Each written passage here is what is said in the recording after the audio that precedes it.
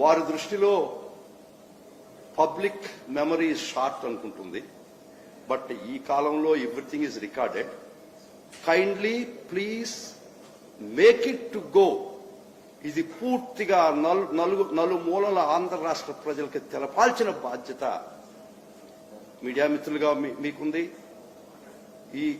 ఈ విధమైనటువంటి అన్యాయాన్ని తిప్పికొట్టడంలో ఆ బాధ్యత కూడా నాకుంది. ఫస్ట్ ప్లే చేస్తానండి. Kindly Zoom it and here it. YSR గారి జయంతి రోజున వైఎస్ఆర్ గారి బిడ్డ ఇక్కడ నిలబడి చెప్తుంది.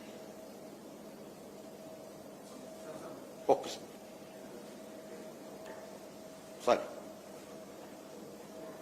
వైఎస్ఆర్ గారి పేరును ఎఫ్ఐఆర్ లో చేర్చింది ఈ కాంగ్రెస్ పార్టీ. వైఎస్ఆర్ అనే మూడు పదాలను ఉచ్చరించే హక్కు కూడా, ఉచ్చరించే అర్హత కూడా లేదు ఈ కాంగ్రెస్ పార్టీ. వైఎస్ఆర్ గారి నిజమైన వారసులము మేము. వైఎస్ఆర్ గారి అసలైన వారసులు ఎదుగూరి సందింటి రాజశేఖర్ రెడ్డి తెలంగాణ. ఇంకొక క్లిప్ వినిపిస్తానండి. మరి అలాంటి కాంగ్రెస్ పార్టీ రాజశేఖర్ రెడ్డి గారు చచ్చిపోతే ఏం చేసింది? రాజశేఖర్ రెడ్డి గారు దోషి అని ఎఫ్ఐఆర్ లో పేరు చేర్చింది కదా రాజశేఖర్ రెడ్డి గారి పేరును. మరి రాజశేఖర్ రెడ్డి గారికి కాంగ్రెస్ పార్టీ వెన్నుపోటు పొడవలేదా? రాజశేఖర్ రెడ్డి గారికి మోసం చేయలేదా? కనీసం రాజశేఖర్ రెడ్డి గారు హెలికాప్టర్ లో చచ్చిపోతే ఎలా చచ్చిపోయాడు అని ఎంక్వైరీ అయినా చేసిందా కాంగ్రెస్ పార్టీ? అసలు పట్టించుకుందా కాంగ్రెస్ పార్టీ? అంత గొప్ప నాయకుడే 2 సార్లు అధికారంలోకి తెచ్చాడే, కనీసం కృతజ్ఞత ఉందా కాంగ్రెస్ పార్టీకి? బతికున్నప్పుడేమో ఇంద్రుడు చంద్రుడు అని పొగిడాడే, కనీసం చచ్చిపోతే పొగడకపోయారు. ఆ మనిషిని ఎఫ్ఐఆర్ లో చేరుస్తారా దోషి అని? సిగ్గుండాలి కదా. మళ్ళీ ఇప్పుడు కాంగ్రెస్ పార్టీ రాజశేఖర్ రెడ్డి గారి బొమ్మ పెట్టుకుని మళ్ళీ ఓట్లు అడుగుతుందా? కాంగ్రెస్ పార్టీ మనిషి రాజశేఖర్ రెడ్డి గారు. అసలు రాజశేఖర్ రెడ్డి గారు బ్రతికే ఉంటే ఈరోజు కాంగ్రెస్ పార్టీ మీద ఉమ్మేసేవాడు. చెప్పండి ఇంకా. ఇది చాలా, ఇంకొకసారి లెట్ మీ రిపీట్ ఇట్. చాలా చాలా అవసరం అండి. వైఎస్ఆర్ గారి జయంతి రోజున వైఎస్ఆర్ గారి బిడ్డ ఇక్కడ నిలబడి చెప్తుంది. వైఎస్ఆర్ గారి పేరును ఎఫ్ఐఆర్ లో చేర్చింది ఈ కాంగ్రెస్ పార్టీ. వైఎస్ఆర్ అనే మూడు పదాలను ఉచ్చరించే హక్కు కూడా, ఉచ్చరించే అర్హత కూడా లేదు ఈ కాంగ్రెస్ పార్టీ. వైఎస్ఆర్ గారి నిజమైన వారసులము మేము. వైఎస్ఆర్ గారి అసలైన వారసులు ఎదుగూరి సందింటి రాజశేఖర్ రెడ్డి తెలంగాణ. తర్వాత నిన్న ఇది చాలా ఇంపార్టెంట్. ఈ రోజు నిన్న ముఖ్యమంత్రి జగన్మోహన్ రెడ్డి గారు ఒక ఇంగ్లీష్ ఛానల్ ని అడ్రస్ చేస్తూ కొన్ని అంశాలను ప్రస్తావించడం జరిగింది. వాటి మీద క్లారిటీ ఇవ్వడానికి ఈరోజు ఈ ప్రెస్ మీట్. ఒకటి,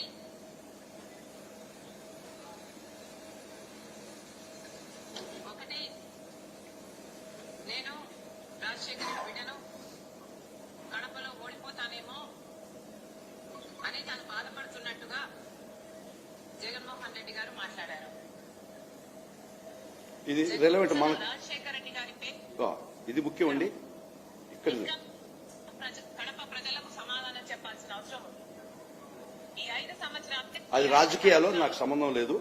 నాన్న గురించి మాట్లాడిన సబ్జెక్టే మాట్లాడు. కంచెవేసి అడ్డేసి ఎందుకు నేరానికి జరుగుతున్న ఎన్నికలు.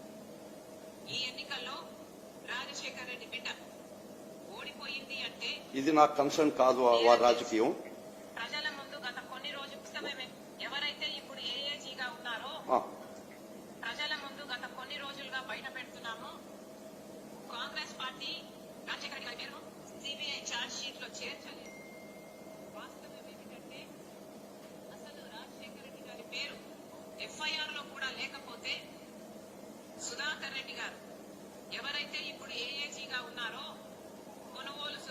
రెడ్డి గారు అదే పనిగా రాజశేఖర్ రెడ్డి గారి పేరు కూడా ఈ కేసులో లేకపోతే, ఛార్జ్ షీట్ లో లేకపోతే జగన్మోహన్ రెడ్డి గారు ఈ కేసులలో నుంచి బయటపడటం అసాధ్యము అని సిబిఐ కోర్టులో పిటిషన్ వేశాడు, హైకోర్టులో పిటిషన్ వేశాడు, సుప్రీం కోర్టులో కూడా పిటిషన్ వేశాడు. ఆ మేరకు సిబిఐ రాజశేఖర్ రెడ్డి గారి పేరుని ఛార్జ్ షీట్ లో చేర్చింది తప్ప కాంగ్రెస్ పార్టీ రాజశేఖర్ రెడ్డి గారి పేరును ఛార్జ్ షీట్ లో చేర్చలేదు. ఇక్కడ గమనించాల్సిన విషయం ఏమిటంటే, కొడుకయ్యుండి ఎంత దుర్మార్గం కాకపోతే సొంత తండ్రి పేరుని ఛార్జ్ షీట్ లో చేర్పిస్తాడు. చేర్పించిన వ్యక్తిని 5 రోజుల్లో 6 రోజుల్లోనే, ఈయన ముఖ్యమంత్రి అయిన 6 రోజుల్లోనే ఏఏజీ పదవిని కట్టపెడతాడు. ఇది దుర్మార్గం కాకపోతే, ఇది సిగ్గుచేటు కాకపోతే ఏమిటి అని రాజశేఖర రెడ్డి బిడ్డ, రాజశేఖర రెడ్డి గారి అభిమానులు అడుగుతున్నారు. మీరు స్వార్థం కోసం ఈరోజు రాజశేఖర రెడ్డి గారి పేరుని సిబిఐ ఛార్జ్ షీట్ లో చేర్పించి ఈ దుర్మార్గపు చర్య చేయడమే కాకుండా మళ్ళీ ఆ బురదని ఇంకొకరి మీద పూయాలని చూస్తున్నారు. ఇది సబబు కాదు. రాజశేఖర రెడ్డి గారి అభిమానులందరికీ మళ్ళీ చెప్తున్నాం, రాజశేఖర రెడ్డి గారి పేరు సిబిఐ ఛార్జ్ షీట్ లో కాబట్టి జగన్మోహన్ రెడ్డి గారి ఈ రెండు విన్న తర్వాత ఆ మనిషిని పిలిచి నాకు ఒక్కటి అనిపిస్తుంది, ఊసరవిల్లి కూడా సిగ్గుతో తలదించుకొని పరారవుద్ది మానవుల మధ్య నుంచి. ఈ పరిస్థితి చూస్తే chameleon would be ashamed of itself and runs away from the public. మీరు ముందర నేను చూపించినటువంటి 2 వీడియోలు మీరు చూశారు, ఆంధ్ర రాష్ట్ర ప్రజలు చూశారు. కాంగ్రెస్ పార్టీ తన తండ్రి సిబిఐ ఛార్జ్ షీట్ లో చేర్పించిందని తన నోటి గుండా చెప్పినటువంటి షర్మిల గారు కాంగ్రెస్ పార్టీ మొహాన ఊస్తారని చెప్పిన షర్మిల గారు లాస్ట్ వీడియో చూశారు కదండి, జగన్మోహన్ రెడ్డి గారు దుర్మార్గం వాళ్ళ తండ్రిని చేర్పించారని ఇంత నిస్సిగ్గుగా నిర్లజ్జగా ఆ విధంగా మాటలు మారిస్తే ఓసరవిల్లి కూడా సిగ్గుతో తలదించుకొని పారిపోదా అని అడుగుతున్నా నేను. ఈ పరిస్థితులు నిజంగా ఓసరవిల్లి చూస్తే ఈ మానవుల నుంచే పారిపోతాం. ఇది ఈ వైరుధ్యం మీకు చూపించాను. ముఖ్యంగా మొన్న కూడా క్లారిఫికేషన్ ఇచ్చాను నేను. క్లారిఫికేషన్ ఇస్తూ ఇది బ్రీఫ్ గా చెప్పి మీకు మొత్తం డాక్యుమెంట్ ప్రకారం పోతానండి. Shankarrao letter dated 31/1/2011. ఈ రోజు శంకర్రావు గారు రాసిన లెటర్ మీ కాంగ్రెస్ ఎమ్మెల్యే మీ శంకర్రావు ఆయన రాసినటువంటి 2వ లెటర్. ఫస్ట్ లెటర్ వచ్చి 30 అన్డేటెడ్ అండి, అది డేటెడ్ లేదు. అది 2010లో రాశారు, 11వ నెలలో. డేట్ లేదు, అది undated letter dated in the month of November 2010. That was the first letter wrote by Shankar Rao. Second letter dated 31/1/2011. ఈ లెటర్ కాపీ కూడా మీకు సర్క్యులేట్ చేస్తున్న మీడియా మిత్రులకి సర్క్యులేట్ చేయండి బాబు. Letter dated 31/1/2011 to the registrar judicial high court of Andhra Pradesh Hyderabad. ఇది శంకర్రావు రాసినటువంటి letter. దీనిలో నిజంగా గొప్ప మహానుభావుడు వారసురాలని చెప్పుకుంటున్న మీరు ఈ శంకర్రావు రాసిన లెటర్ ఎవరి మీద రాశారు? మీకు కావాలంటే మీకు ఉండుంటాయి కాపీలు, కావాలంటే నేను మీకు పంపిస్తాను. సెవరల్ దీనిలో శంకర్రావు రాసినటువంటి లెటర్లో రాజశేఖర్ రెడ్డి గారిని ఎంత దుర్మార్గంగా రాశాడో, this is the basis for honourable high court of AP to take it is in the form of writ. The entire, I am reading a particular para, the entire exercise clearly shows that gratification amounts for has exerted influence with Dr. Y.S. Rajasekhar Reddy for his official benefits granted to the companies and individuals. Rajasekhar Reddy మాత్రమే వారి official position వాడుకొని ఈ కంపెనీలకు లబ్ధి చేకూర్చాడు అనేది సారాంశం కాదా అని అడుగుతున్నా. లెటర్ సర్క్యులేట్ చేయండి. మరలా ఈ లెటర్ రాజశేఖర్ రెడ్డి మాత్రమే ఇది చేశాడు అని చెప్పింది లేదా, చెప్పలేదా? ఇది మీకు అర్థం కాలేదా? మొన్న చెప్తే లెటర్ చూపించలేదు, కానీ సెకండ్ లెటర్ డేట్ కూడా చెప్పాను. That was taken in the form of writ and writ order కూడా చెప్తానండి.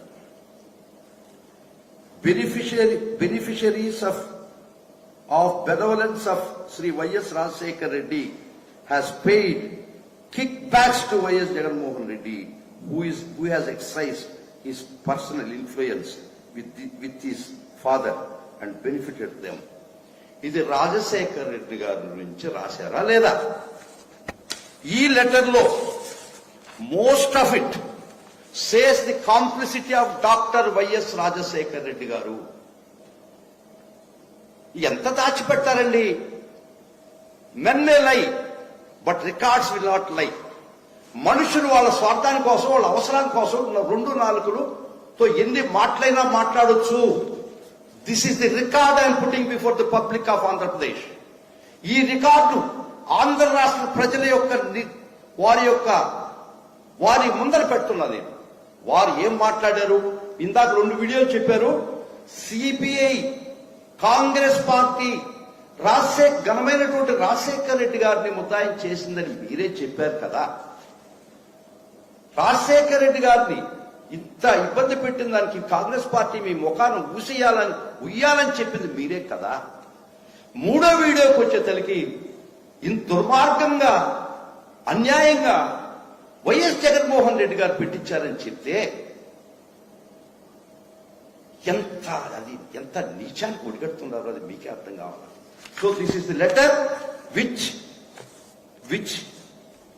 Is the ignition for the honourable high court to take it in the form of a writ petition. ఇది కాక మీ తండ్రి గారు మహానుభావుడు రాజశేఖర్ రెడ్డి గారు బతుకుండగా ఇదే చంద్రబాబు నాయుడు ఎవరి సంఖ్యలో ఎవరు ఎక్కుంటారో మీకు తెలుసు. ఇదే చంద్రబాబు నాయుడు వారు బతుకుండగా రాజశేఖర్ రెడ్డి గారిని వేటాడి హింసించలేదా ఈ కేసులో?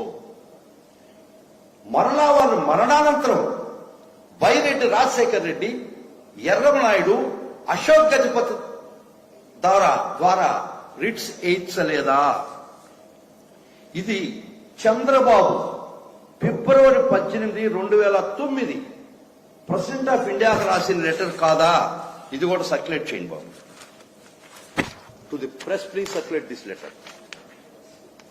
Therefore, we urge your excellency to direct the concern for initiating prosecution against Dr. Y.S. Rajasekhar Reddy, Chief Minister of Andhra Pradesh.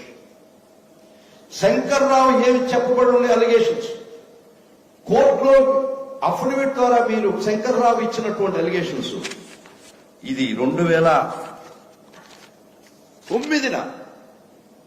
వీరు ప్రెసిడెంట్ ఆఫ్ ఇండియాకి రాసిన లెటర్ కాదా?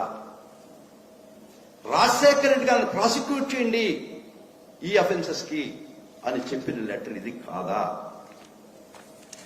ఈ లెటర్స్ అయిపోయిన తర్వాత గౌరవ ఆంధ్రప్రదేశ్ హైకోర్టు 2 రిట్లుగా స్వీకరించింది, 3 రిట్లుగా. WP నంబర్ 794 అనేది శంకర్రావు లెటర్ల మీద తీసుకున్నటువంటి రిట్. 6604 ఆఫ్ 2011 ఇది ఎర్రమనాయుడు, అశోక్ గజపతిరాజు, బైరెడ్డి రాజశేఖర్ రెడ్డి పిటిషనర్స్ గా వేసిన రిట్ను తీసుకున్నటువంటి గౌరవ హైకోర్టు. ఇంకొక రిట్ వేస్తున్నారు ఈ 3 రిట్ల మీద చెప్పినటువంటి కామన్ ఆర్డర్ ఇది కాదా? ఇది 3 రిట్ల మీద తీసుకున్నటువంటి కామన్ ఆర్డర్ నేను చదువుతానండి. ఇది శంకర్రావు రాసినటువంటి లెటరు ప్లస్ దాని మీద హైకోర్టు వారు ఇచ్చిన ఆర్డర్ చదువుతారు. Accordingly writ petition number 794 and 6604 of 2011 seems to contend that investigating group companies so and so got benefits. Rastu directed the CBI to register a case and investigate. దీనిలో వారి యొక్క letter అఫిడవిట్ల ఆధారంగా వారి యొక్క అఫిడవిట్లు వారు చేసిన అభియోగాలు ఈ పారా నంబర్ 3 పారా నంబర్ 2-4 దీనిలో రాయడం జరిగిందా లేదా? Para number 4 of the judgement proceeding in that para 4 I'm reading. ఇది సర్క్యులేట్ చేయండి అయ్యా మీడియా మిత్రులు. Proceeding in that direction we would like to begin with taken up writ petition so and so, wherein it is averred Dr. Y.S. Rajshekhar Reddy extended huge benefits in the shape of allotment of lands and mineral rights, licenses, cess rights to others. ఈ యొక్క order సారాంశము మీరిచ్చిన affidavit, మీరు అంటే మీ Congress party, మీ Telugu Desam party ఇద్దరు కలిసి వేసినటువంటి రిట్లు సారాంశం ఈ విధంగా ఆర్డర్ వచ్చిందా లేదా? ఈ యొక్క allegations doctor YS Rajasekhara Reddy గారి మీద మీరు అభియోగం పెడితే అది పారా నంబర్ 4 లో రాసిందా లేదా? వేర్ ఇన్ ఇట్ ఈస్ అవర్డ్ అంటే చెప్పబడి ఉంది that YS Rajasekhara Reddy extended huge benefits in the shape of allotment of lands etcetera. ఇది రాజశేఖర రెడ్డి గారిని ముద్దాయిలు చెయ్యాలా అని అవర్మెంట్ లేదా?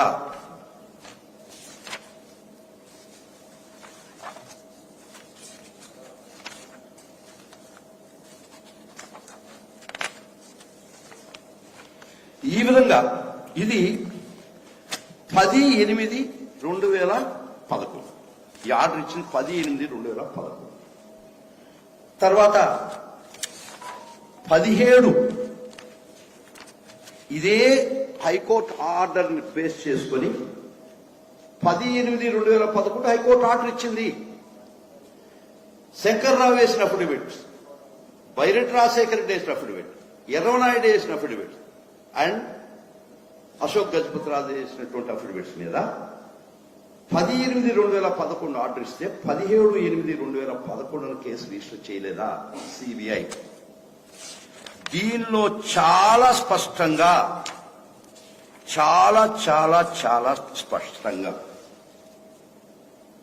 This is page number 9 17/8/2011 I read it అండి.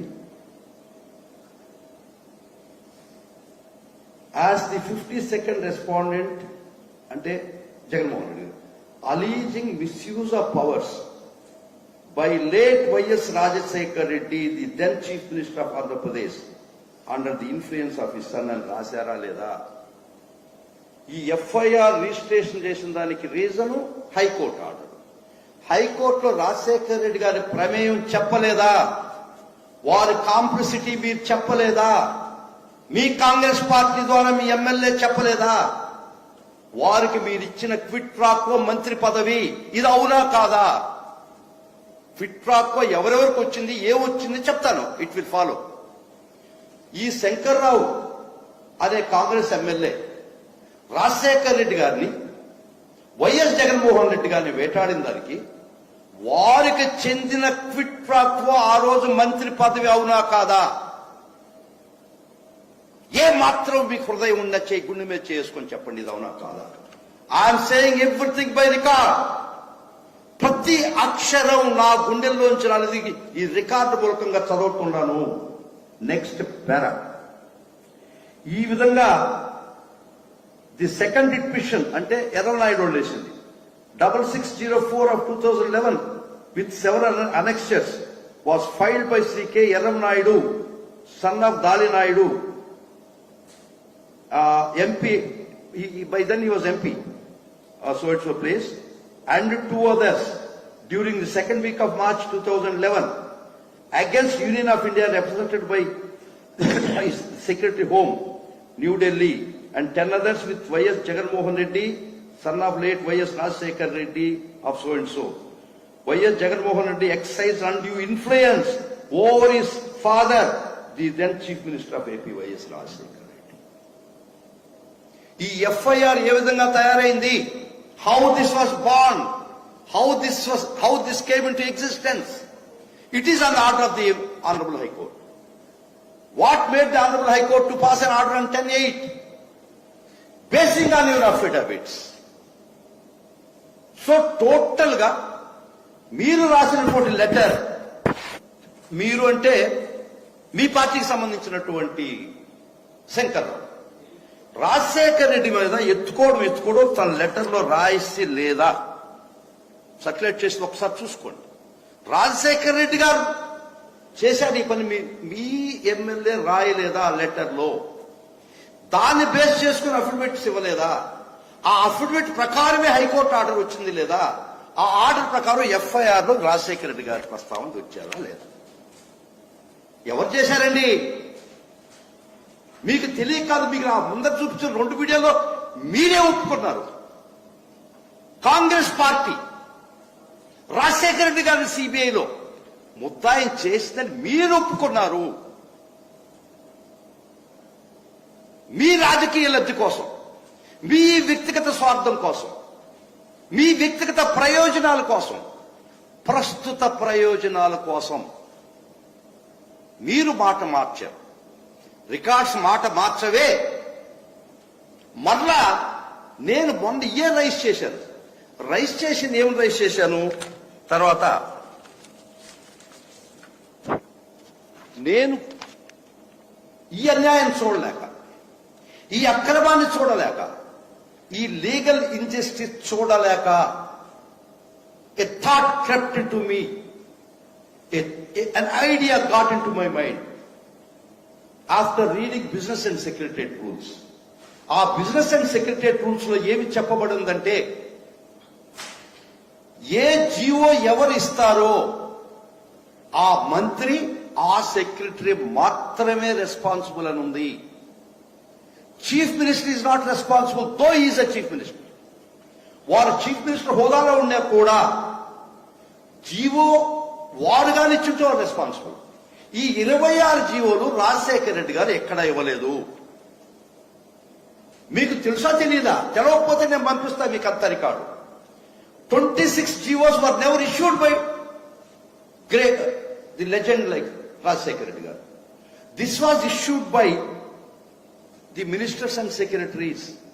వాళ్ళ జీవోలు ఇచ్చినటువంటి మంత్రుల్ని, సెక్రటరీని ముద్దాయిలు చేయకుండా రాజశేఖర రెడ్డి గారిని, జగన్మోహన్ రెడ్డి గారిని మీరు ఎట్ట ముద్దాయిలు చేస్తారు? ఇది చట్ట సమ్మతం కాదు అని మాత్రమే నేను CBI కోర్టులో కేసు వేయడం జరిగింది. ఇటు సర్క్యులేట్ చేయండి వాళ్ళకి.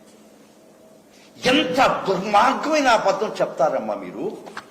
నేను ఈ కేసు మీకు పంపిస్తా. SR number 3882 of 2011.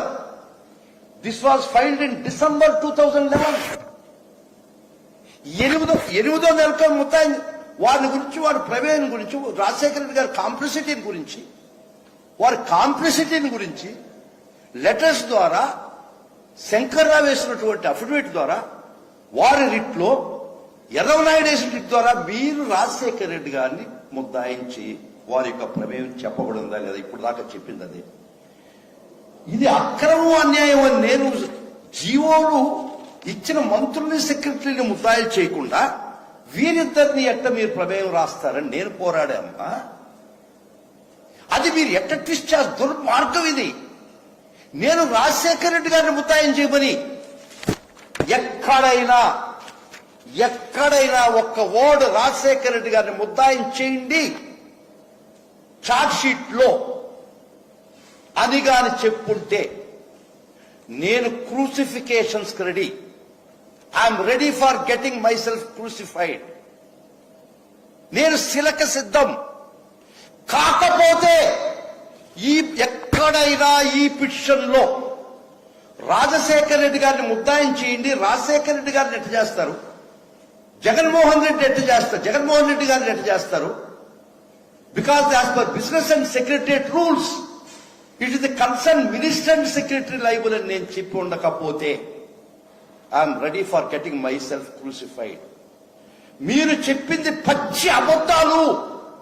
నిన్న మొన్న ఈ రోజు అంతే రికార్డు మూలకంగా వస్తే ప్రూవ్ అయితే మీరే శిక్షకరని చెప్పండి. Would you call yourself as a Lucifer? Would you admit to be called as a Lucifer? I'm ready to sacrifice my life in the for on the cross. ఇది చూడండి, media మిత్రులు చూడండి, ఇక్కడ రాజశేఖర రెడ్డి గారు ప్రమేయం ముద్దాయం చేయండి అని నేను రాసి ఉంటే నేను తీసుకున్న వాదన జీవోలు ఇచ్చినటువంటి మంత్రులు సెక్రటరీలు మీరు తప్పించి రాజశేఖర రెడ్డి గారి ప్రమేయం ఎట్టు చేస్తారు, జగన్మోహన్ రెడ్డి గారు ఎట్ట ముద్దాయం చేస్తారు అని మాత్రమే ఉన్నది. ఎక్కడైనా రాజశేఖర రెడ్డి గారిని ముద్దాయం చేయమని దీనిలో ఉంటే మీరు దేనికి సిద్ధం, నేను సిద్ధం. ఇన్ని తెలిసి అయ్యుద్దమ్మా, మీరు ముందర అమ్మా తల్లి, మీరు ముందర 2 వీడియోల్లో మీరే చెప్పారు కదమ్మా ఈ Congress party Rajasekhara Reddy CBI charge sheet లో చేసిందని. ఇది with regard to FIR stage. Charge sheet సంగతికి వస్తాం. Charge sheet is nothing but the replica of the investigation. FIR దాని ఇన్వెస్టిగేషన్ యొక్క ప్రతిరూపమే ఛార్జ్ షీట్. ఎఫ్ఐఆర్ లో ఏముంటుందో దాని ప్రకారం ఇన్వెస్టిగేట్ చేస్తారు. 154 సిఆర్పిసి ప్రకారం రాసినటువంటి ఎఫ్ఐఆర్ ని బేసిస్ గా పెట్టుకొని ఇన్వెస్టిగేటింగ్ ఏజెన్సీ ఇన్వెస్టిగేట్ చేస్తుంది. తర్వాత వాళ్ళు సేకరించిన ఎవిడెన్స్ దానికి జతపరిచి దఖలపరిచి ఛార్జ్ షీట్ వేస్తారు. అంటే మీరు ఎఫ్ఐఆర్ లో ముద్దాయం చేయడానికి ప్రయత్నించారు, అఫిడవిట్ లో రాశారంటే ఛార్జ్ షీట్ లో కూడా ముద్దాయం చేయాలని మీరే కదా ప్రయత్నించింది. ఎందుకు ఛార్జ్ షీట్ లో లేరు? బికాస్ మీకు తెలుసో తెలీదో చనిపోయిన వారిని అబేట్ అని రాస్తారు ఛార్జ్ షీట్ లో. అదే విధంగా ఛార్జ్ షీట్ లో వారి ప్రస్తావన ఉన్నా కూడా అబేటెడ్ అంటే వారు బ్రతుకుంటే వారు ముద్దాయి కాదా? మీరు అడగొచ్చు ఎఫ్ఐఆర్ స్టేజ్ దాకా మాట్లాడుతున్నామని. FIR is the earlier stage. What FIR లో ఏముంటుందో దాని మీద మాత్రమే ఇన్వెస్టిగేట్ చేస్తుంది. ఈ ఎఫ్ఐఆర్ లో ఏముండింది, హైకోర్టు ఆర్డర్ ఏముందో దాన్ని రిప్లికా చేశారు ఎఫ్ఐఆర్ లో. హైకోర్టు ఆర్డర్ ఏ విధంగా వచ్చింది, మీరిచ్చిన లెటర్స్, మీరిచ్చినటువంటి అఫిడవిట్స్ అవి కాదా తల్లి అని అడుగుతుంది. ఛార్జ్ షీట్ లో ఎవరు అన్నారంటే మొన్న ఎవరు పకోడీ జవాబులు మీరు కాదులేమ్మా, ఆ ఛార్జ్ షీట్ సంగతి మాట్లాడేది ఎఫ్ఐఆర్ సంగతి మాట్లాడు సుధాకర్ రెడ్డి బుక్ అని.